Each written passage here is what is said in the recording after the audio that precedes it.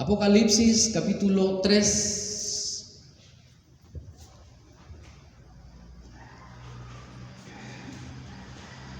Tenemos ahora el llamado a la conversión genuina al Evangelio que Dios hace al creyente y que hace al creyente también un discípulo. El mensaje de Jesucristo a la iglesia Laodicea. Apocalipsis capítulo 3, versículos del 14 al 18.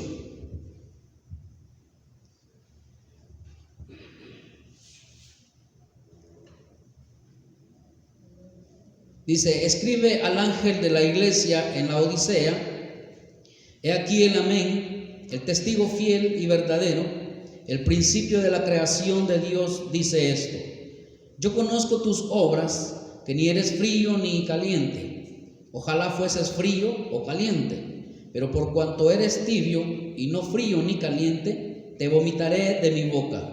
Porque tú dices: yo soy rico y me he enriquecido y de ninguna cosa tengo necesidad, y no sabes que tú eres un desventurado, miserable, pobre, ciego y desnudo. Por tanto, yo te aconsejo que de mí compres oro refinado en fuego, para que seas rico y veas rico, y vestiduras blancas para vestirte, y que no se descubra la vergüenza de tu desnudez, y unge tus ojos con colirio para que veas. Hermanos, la Odisea era una ciudad bastante lujosa, más lujosa que las otras 6 iglesias de las que ya hemos hablado, de las que se mencionan acá en Apocalipsis. Una iglesia sobresaliente por su dinero, por su banca, la manufactura en la lana, sus acueductos de agua, la escuela de medicina que producía un colirio muy bueno para los ojos, todo eso. Pero aún con todas esas comodidades que la iglesia en la Odisea tenía, o la ciudad tenía, los creyentes ahí en la Odisea comenzaron, hermanos, a aceptar valores, principios, costumbres, y con esos valores que ellos comenzaron a adoptar, empezaron a negar su fe en Jesucristo. Miren, la negación de su fe no pasaba por un acto verbal, fíjese. Es decir, nadie decía no creer en Jesús, nadie lo decía, sino que con las actitudes. Hermanos, ninguno decía Dios no existe. Nadie lo decía. Por el contrario, ellos manifestaban de alguna manera públicamente, pero con sus acciones, mire, con sus acciones negaban la deidad del Señor, negaban su relación con el Señor. Entonces, ante tal acto de hipocresía, el Señor les exige a ellos una definición. El Señor les hace un reto, y ahí tenemos en el primer versículo que leímos, versículo 14, nuevamente, como hemos visto en los mensajes anteriores, el remitente de la carta, que es Cristo Jesús. Y dice Jesucristo: escribe al ángel de la iglesia.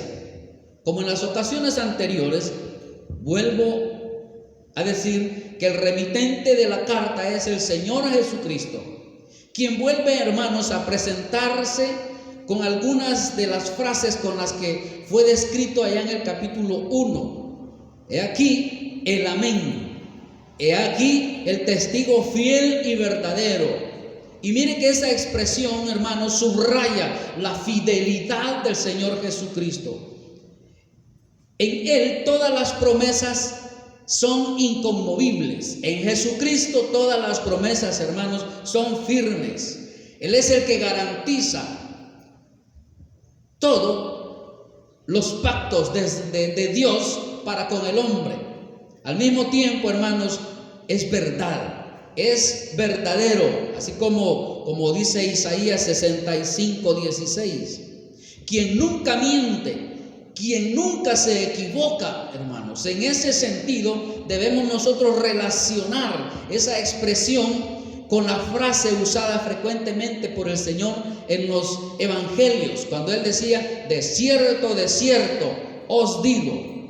O sea, no hay mentira, no hay vuelta de hoja, no hay sombra de variación, no hay mutación en lo que Él dice, que literalmente sería: amén, amén, os digo, así os digo. Entonces, Cristo está reprendiendo a su iglesia. Dice: yo conozco tus obras, le dice, que ni eres frío ni caliente.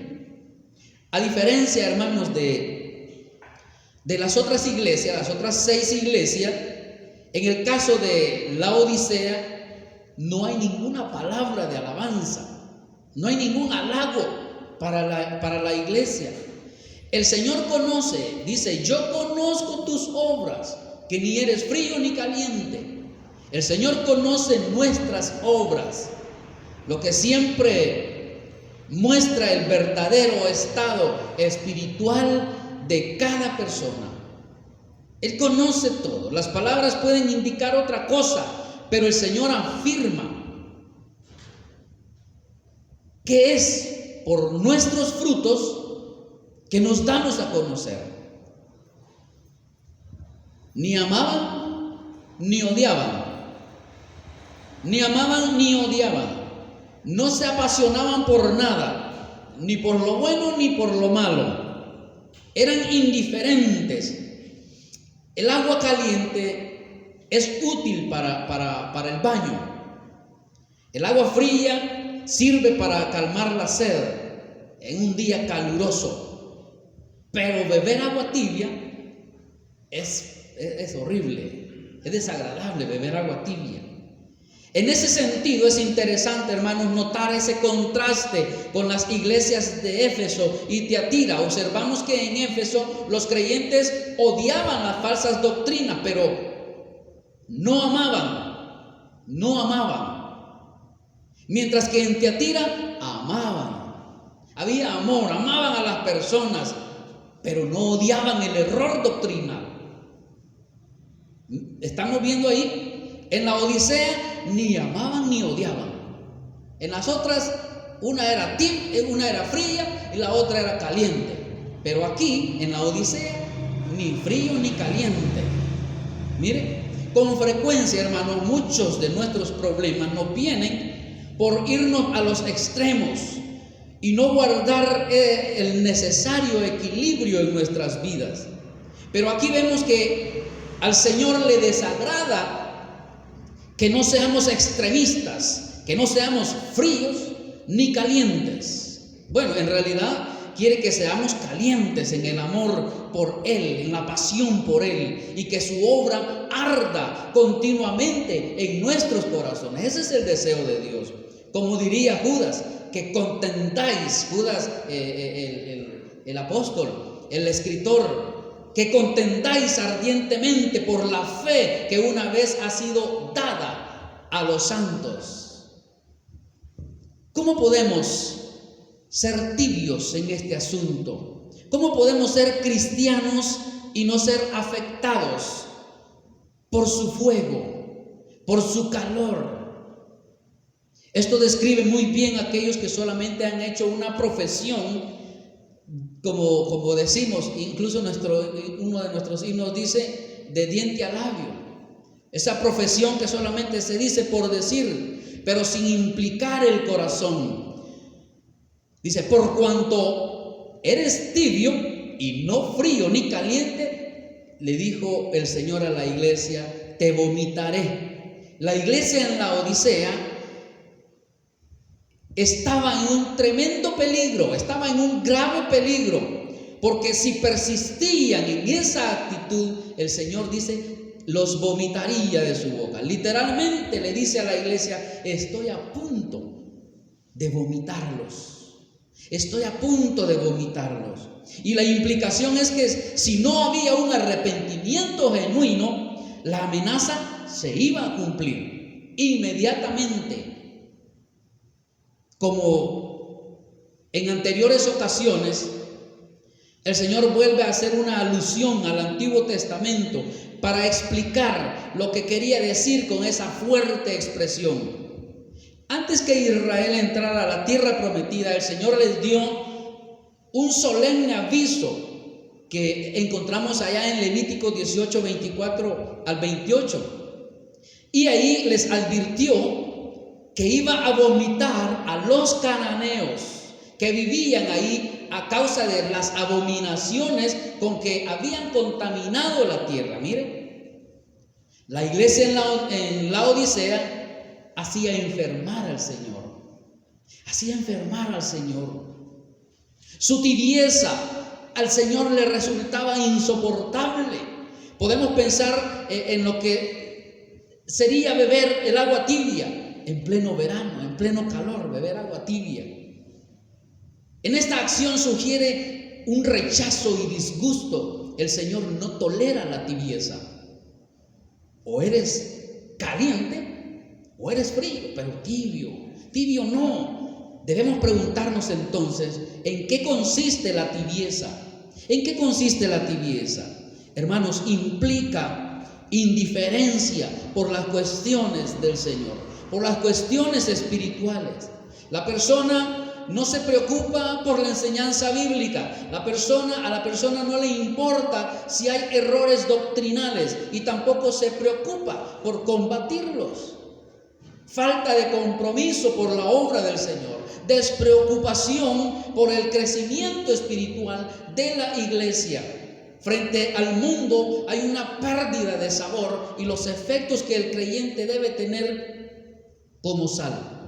Porque el creyente debe tener un efecto como sal. Somos sal en la tierra. Entonces, se llega a un punto donde el creyente se confunde con el mundo. Se confunde. Tampoco actúa como luz. Si somos luz, describe a un cristianismo sin entrega verdadera. Describe a un cristianismo hipócrita, un cristianismo falso, un cristianismo mecánico mezclado con el materialismo. Y esa es una condición, hermanos, pero muy peligrosa, en la que no hay ninguna garantía de una vida auténtica espiritual, puesto que lo mismo puede describir a un cristiano mundano como a un profesante no nacido de nuevo. Se confunde. Hermanos, la situación es grave. La situación es grave. En el pasado el cristianismo no negó la divinidad de Cristo, no negó su encarnación, no negó la redención de Cristo conseguida en la cruz del Calvario, ni negó su segunda venida. Pero vivimos, hermanos, en una época cuando nos encontramos que en muchos seminarios teológicos incluso se están negando estas cosas que son pilares fundamentales del cristianismo. Es un peligro. ¿Dónde va a parar todo eso? ¿Dónde va a terminar todo esto? ¿Qué le dijo Jesús a la iglesia? Los voy a vomitar. Los voy a vomitar. Es que tú dices, yo soy rico y me he enriquecido y de ninguna cosa tengo necesidad. Mire qué decía la iglesia en la Odisea. Otra pregunta que nos debemos hacer es cómo habían llegado a esa situación. La respuesta la encontramos en las propias palabras de la iglesia. Y ella decía de sí misma que era rica y que no tenía necesidad de ninguna cosa. Mire,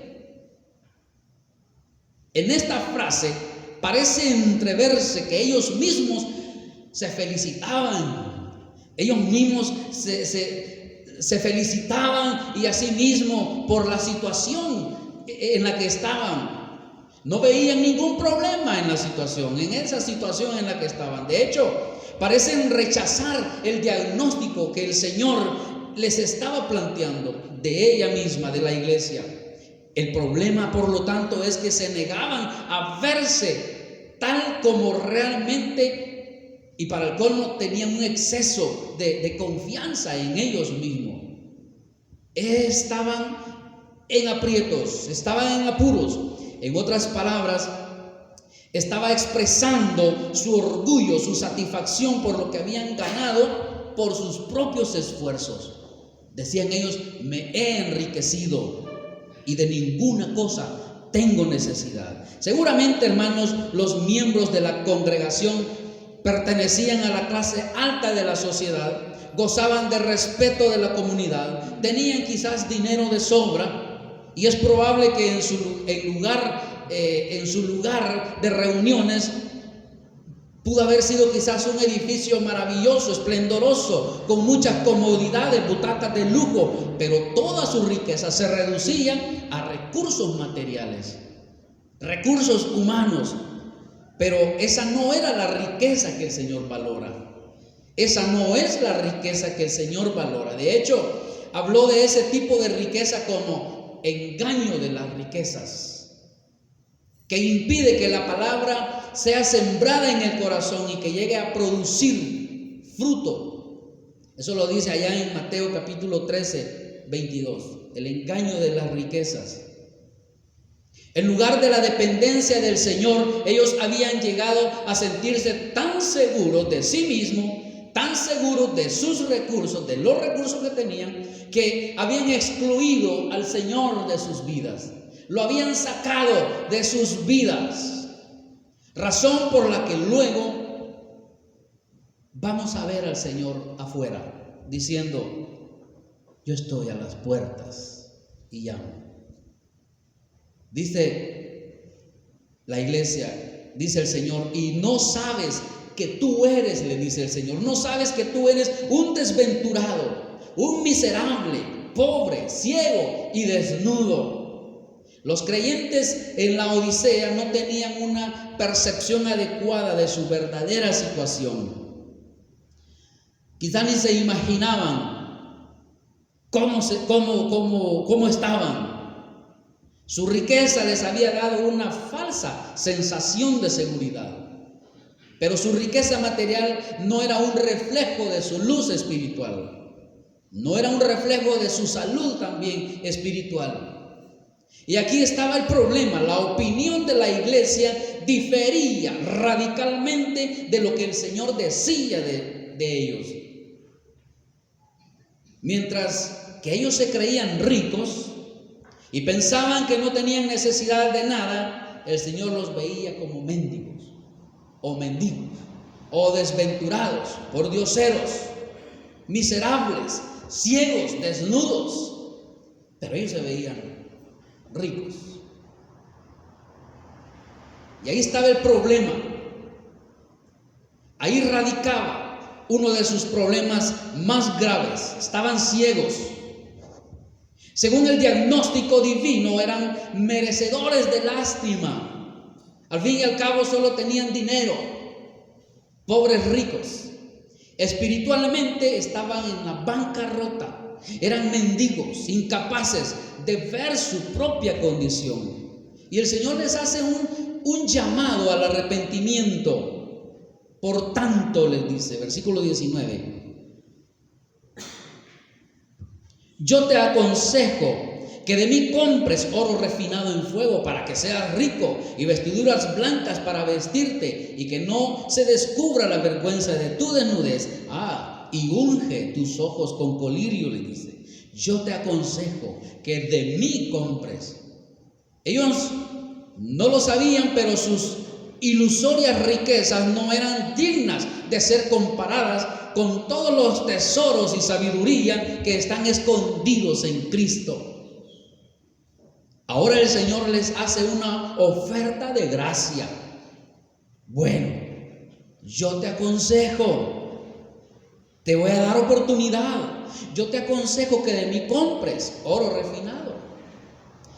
Este sería un lenguaje que entenderían bien en una ciudad mercantil como la Odisea. Sin embargo, el problema era que en realidad la iglesia estaba en bancarrota espiritual. ¿Cómo podían comprar? Pero la oferta del Señor aquí es la misma que encontramos allá en Isaías 55:1. A todos los sedientos, dice: venid a las aguas. Y los que no tienen dinero, venid y comprad y comed. Venid, comprad sin dinero y sin precio vino y leche. Y sigue diciendo: vestiduras blancas. El Señor le dice: vestiduras blancas también para vestirte, y que no se descubra tu vergüenza ni tu desnudez. Hermanos, como ya hemos comentado, la Odisea era famosa por sus ropas. Ropas que ellos confeccionaban con lana negra que ahí producían. Pero en contraste con eso, el Señor les ofrece vestiduras y ellos producían ropa. Estas últimas hacen referencia a la justicia de Cristo imputada a los creyentes, que irán o iremos los creyentes con vestiduras blancas. Entonces está claro que no se refiere a vestiduras literales, sino a ser revestidos de Cristo, a manifestar el carácter de Cristo. El carácter de Cristo. Al fin y al cabo, ¿de qué vale estar vestido con ropa muy bonita, muy lujosa, si debajo hay una personalidad mala, hay una personalidad desagradable? La ropa más bella del mundo no puede cubrir un carácter irascible, un carácter mezquino, un carácter crítico, un carácter sarcástico, un carácter amargado. Entonces, la auténtica belleza consiste en tener una personalidad humana como la de Cristo, como la del Señor. Solamente así podemos nosotros entrar al reino eterno, entrar a la eternidad con Dios. De otro modo, si lleváramos a la eternidad aquellas cosas que pertenecen a nuestro viejo hombre, la eternidad con Dios ya no sería eternidad con Dios. Unge tus ojos con colirio para que veas, le dice el Señor a la iglesia. El colirio, que también se producía en la Odisea, nunca lograría mejorar la visión espiritual. Por eso, lo que aquí les ofrece el Señor es el verdadero discernimiento espiritual que viene a través de su Espíritu Santo. Colirio. Solo de ese modo podían ver las cosas tal como Cristo las ve. Solo Cristo nos puede dar la verdadera vista. ¿Por qué? Porque Él es la luz del mundo. No cabe duda que es muy importante tener una buena vista. Por otro lado, hay personas que no solo ven bien, sino que además tienen buen ojo para el arte, para los negocios, para la comida. Pero de lo que se trata aquí, lo que de verdad es importante es que veamos bien y lo sepamos apreciar. Y es que es la belleza en la persona de Cristo. Tener belleza en la persona de Cristo. Y ese era el problema de la iglesia en la Odisea. Solo tenían ojos para ver dinero. Solo tenían ojos para hacer negocios, para enriquecerse más y más y más. Pero si en este momento no somos capaces de percibir la belleza que hay en Cristo, ¿qué vamos a ir a ver si vamos al reino? Si no podemos ver la belleza que hay en Cristo. Entonces, hermanos, haciendo un resumen de este versículo, podemos decir que Cristo es todo lo que el hombre necesita. ¿Qué más queremos? Cristo es todo lo que el hombre necesita. Riquezas divinas para nuestra pobreza espiritual. Vestiduras blancas de justicia para nuestra pecaminosidad. Vida espiritual para nuestra ceguera. Dice el Señor: yo reprendo y castigo a todos los que amo. Tal vez la iglesia en la Odisea no había ejercido la necesaria disciplina y corrección sobre sus miembros, y por eso había llegado a esa lamentable situación. Por eso, si una iglesia rehúsa ejercer disciplina sobre el pecado, Dios mismo lo hará. Dios lo hará. Y ese castigo no es una manifestación del amor y la misericordia. O sea, ese castigo que Dios aplica es una manifestación del amor y la misericordia de Dios. Amor y misericordia divina. Porque Jehová, dice Proverbio, porque Jehová al que ama castiga, como el Padre al Hijo, a quien también ama. Por eso Jesús les dice: sean pues celosos y arrepiéntanse. El mal fundamental de la iglesia en la Odisea era la tibieza en los asuntos espirituales. Tibieza en los asuntos espirituales.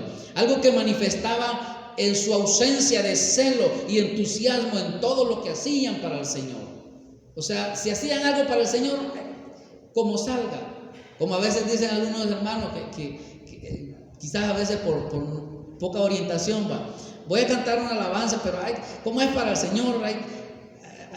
Usted sí. Y dice otro hermano por allá: pues mejor copiar la letra y la pasar a cada uno.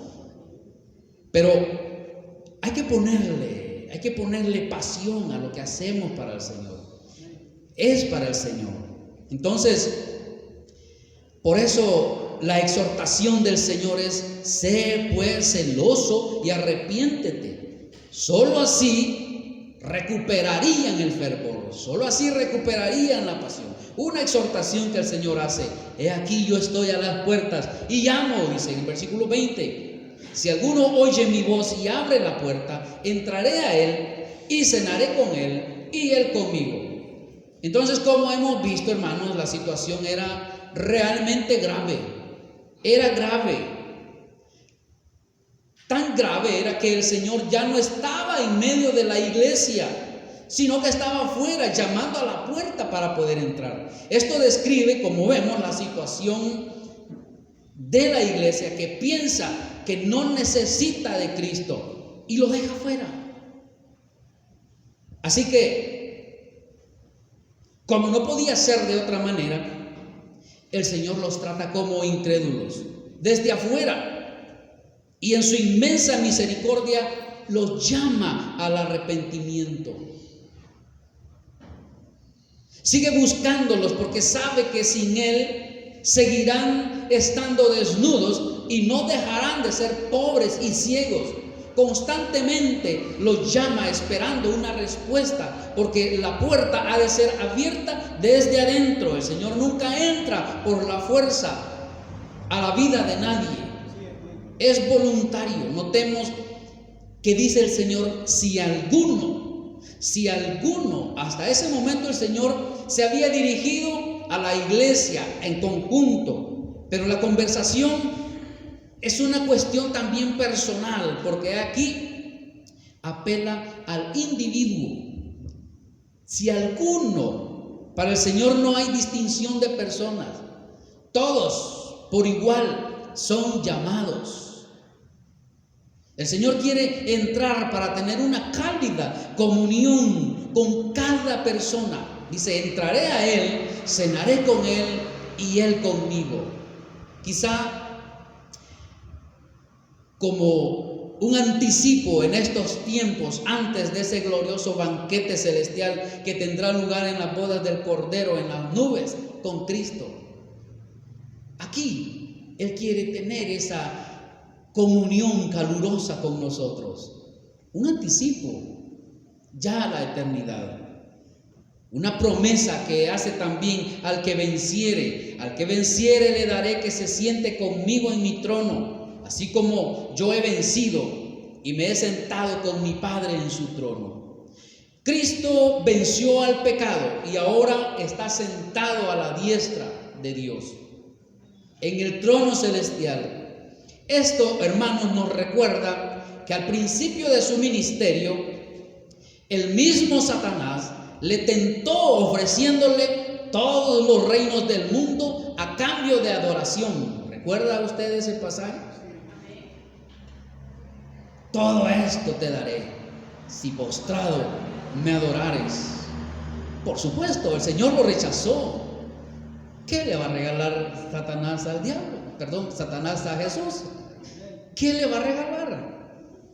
Él contestó diciendo: no, al Señor tu Dios adorarás y a Él solo servirás. Con su respuesta dejó claro que si para llegar a tener el mundo entero eso implicaba dejar de adorar a Dios, no lo quería. ¿Qué ejemplo para nosotros? Gran ejemplo. Que el Señor nos ayude, hermanos, a entender que Él es el creador de todo y que teniéndole a Él, lo tenemos todo. Pero sin Él, nada de lo que podamos llegar a tener vale la pena ni tiene sentido. Y Él hace un llamado a escuchar su voz. El que tiene oídos para oír, que oiga. Esta expresión nosotros la encontramos al final de cada una de las cartas y tiene el propósito de que cada persona de forma individual recapacite sobre lo leído y lo aplique correctamente a su propia vida. Esto es importante porque muchas veces nosotros oímos un mensaje de la palabra y pensamos en cuánto le hace falta a aquel. Esto es para aquel. Esto lo necesita aquel. Pero no a nosotros mismos. Solemos hacer esto con las amonestaciones. Cuando el pastor está enojado, pues sí le dio duro el pastor a fulano. Sin embargo, no dudamos nosotros en aplicarlo a otra persona. Pero eso sí, recibiréis bendiciones. Eso sí, esto es para mí. Esto es para mí. Entonces, hermanos, vivimos en un mundo que se empeña en vivir de apariencias. Podemos presumir de ser creyentes bendecidos por el simple hecho de haber prosperado materialmente y con eso construir una fe de pura fachada, al igual que la iglesia en la Odisea. El desafío, hermano, de este mensaje a la iglesia es un llamado a rendir nuestra voluntad a Jesús, a quien nosotros debemos testificar públicamente como Señor de nuestras vidas. Cuenta la historia de una iglesia que en una puerta de su local habían escrito un eslogan y decía ahí: nosotros predicamos a Cristo crucificado. Con el tiempo, una mata por ahí fue creciendo y primero cubrió la última palabra. ¿Cuál era? Crucificado. Cubrió esa palabra. Curiosamente, también la iglesia que se reunía en aquel local había dejado de predicar la cruz de Cristo. Y luego la mata siguió creciendo y también ocultó la otra palabra, Cristo. Algo que una vez más también guardaba relación con lo que ocurría ahí adentro. Ellos habían dejado de hablar de Cristo para centrarse en otro tipo de mensajes más sociales, más allanes y al gusto de la sociedad moderna. Ya no estaba crucificado ni Cristo. Y finalmente la parra creció mucho más hasta tapar la palabra predicamos, lo que también se correspondía con la realidad de la iglesia. Había cambiado la predicación por otras actividades más entretenidas, más divertidas. ¿Qué quedó al final? ¿Qué había? Solo nosotros. Ya no predicaban ni a Cristo ni de la cruz. Solo la palabra en nosotros. Cristo ya no estaba ahí, solo estaban ellos. Algo parecido a esto era lo que había ocurrido en la iglesia en la Odisea. Roguemos, hermanos, al Señor que nos libre de ir por ese camino. Oramos al Señor dándole gracias por su palabra. Señor y Dios,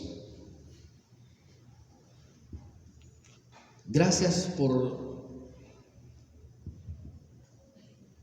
mandarnos siempre alimento espiritual. Gracias, Padre, que siempre piensas en nosotros y estás pendiente, Señor, de nuestras necesidades. Pero mucho más deseas, Padre, que nuestras necesidades sean cubiertas espiritualmente. Que podamos tener, Señor, nuestros ojos muy abiertos a la palabra que escuchamos, a los mensajes que escuchamos. Que nuestro espíritu, Señor, siempre te desee. Que nuestra alma, Señor, siempre te busque sedienta, como decía tu siervo David, como aquel siervo que buscaba, bramaba, buscando de ti, sediento de ti. Que así sea, Señor, nuestra pasión por ti. Buscarte fervorosamente, con la intención de agradarte solo a ti y nada más y a nadie más que a ti. Señor, rogamos que nuestra vida espiritual como congregación vaya creciendo más y más, y que el calor de tu Espíritu Santo nos haga una vida cálida. Que el calor de tu Espíritu Santo nos llene, nos transforme, nos moldee, de manera que podamos ser un testimonio para las personas sin ti, Jesús. Que esta iglesia, Padre Celestial, tenga bien en mente lo que es aplicarse el colirio que tú das, tu Espíritu Santo, lo que es dar lugar al Espíritu Santo, más allá de dinero que podamos tener o podamos llegar a tener. Que nuestra visión, nuestra meta sea predicarte a ti,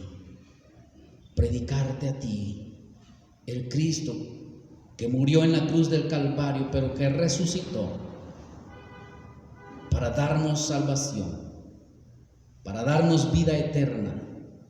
Gracias, Padre, por tu palabra. Que esta iglesia, Padre, no olvidemos que te necesitamos. Te necesitamos a cada instante de nuestra vida, a cada minuto, a cada momento te necesitamos. Gracias, en el nombre del Señor.